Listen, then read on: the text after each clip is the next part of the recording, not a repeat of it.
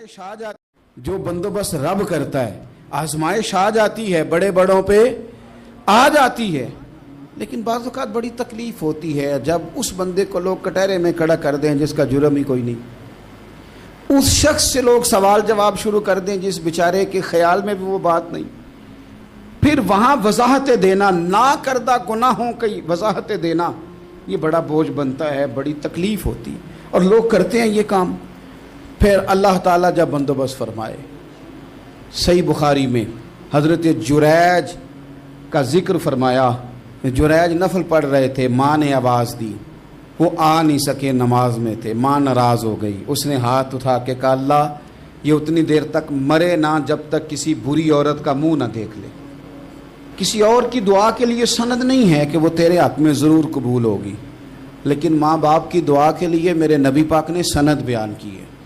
सैयद आलम सल्लल्लाहु अलैहि वसल्लम फरमाते हैं जब भी माँ बाप औलाद के लिए हाथ उठाते हैं रब ज़रूर कबूलियत का शर्फ अता करता है।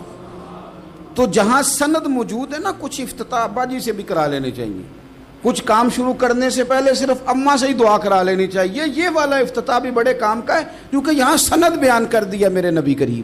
तो जनाब जुरैज की माँ नाराज़ हो गई, कहने लगी अल्लाह इसने मेरी बात नहीं सुनी। अब थे तो वो नेक, लेकिन रब करीम की हिकमत का तकाजा है, माँ की दुआ को भी कबूल करना था, अल्लाह ने आजमाइश में मुब्तला कर दिया। वालदा तो चली गई, वो एक खैमे में, एक कुटिया में, एक झोंपड़ी में इबादत करते थे, अल्लाह को याद करते थे, रब रब करते थे और लोग उनकी बड़ी तारीफ़ भी करते थे, लोग उनके इरादतमंद भी थे, अकीदतमंद भी थे, अहले मोहब्बत भी थे। एक औरत आ गई, बस वो अल्लाह की हिकमत पूरी होनी थी, उसने आके पहले तो उन्हें अपनी तरफ माइल करना चाहा, जब ना माइल हुए तो इल्ज़ाम लगा दिया। ये हमारे दौर का तकाजा है, लोग पहले आपको अपने हक़ में कायल करते हैं, अपनी फर्मा बरदारी में लाना चाहते हैं, अगर आप नहीं आते तो फिर वो आपको मुजरम करार दे देते हैं, या मेरे साथ चल वरना फिर मैं तेरे खिलाफ प्रोपेगेंडा करूँगा। दो ही बातें, पहले उसने कायल किया, जब जनाब जुनैद कायल ना हुए तो उसने करीब एक चरवाहा था, उस चरवाहे के साथ जाके मुंह काला किया, मुकर्रा वक्त पे बच्चा पैदा हो गया। लोगों ने कहा किसका है, कहने लगी इस खानकाह में, इस हुजरे में इबादत करने वाले का है।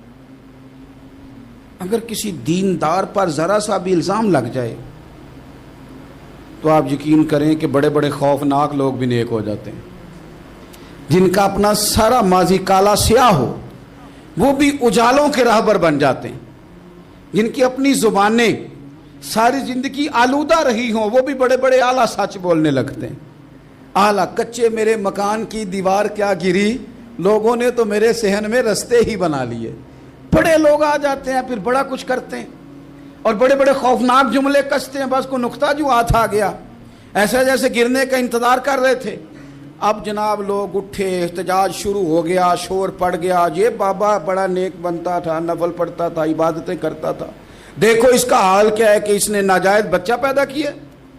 बगैर तहकीक के मैं कह चुका हूं कि उलझे उलझे बिखरे बिखरे रोज व शब देखेगा कौन, लोग तेरा जुर्म देखेंगे सबब देखेगा कौन। लोग तेरा जुर्म देखेंगे सबब कोई गौर नहीं करता कि वजह क्या थी। ओ भाई कुछ तो मजबूरियां रही होंगी, यूं ही कोई बेवफा नहीं होता। इल्ज़ाम लगा दिया, शोर हुआ, एहतजाज हुआ, दुनिया इकट्ठी हुई, उनका उन्होंने उजरा गिरा दिया, मारा भी, पीटा भी, एक नेक आदमी को बदनाम भी किया, बुरा भला भी कहा, गालियां भी दी, जो कर सकते थे किया। अब जब सज़ा देने लगे ना तो जनाब जुरैज कहने लगे थोड़ी सी इजाज़त देते हो, मार तो तुमने देना ही है। कहा जनाब ठीक है देते हैं। उन्होंने कहा सिर्फ 2 नफल पढ़ने हैं। अब वो नफल पढ़ रहे थे तो लोग उस वक़्त भी कह रहे थे फराड ही कर रहा है, धोखा ही दे रहा है, चूँकि ज़हन बन गया।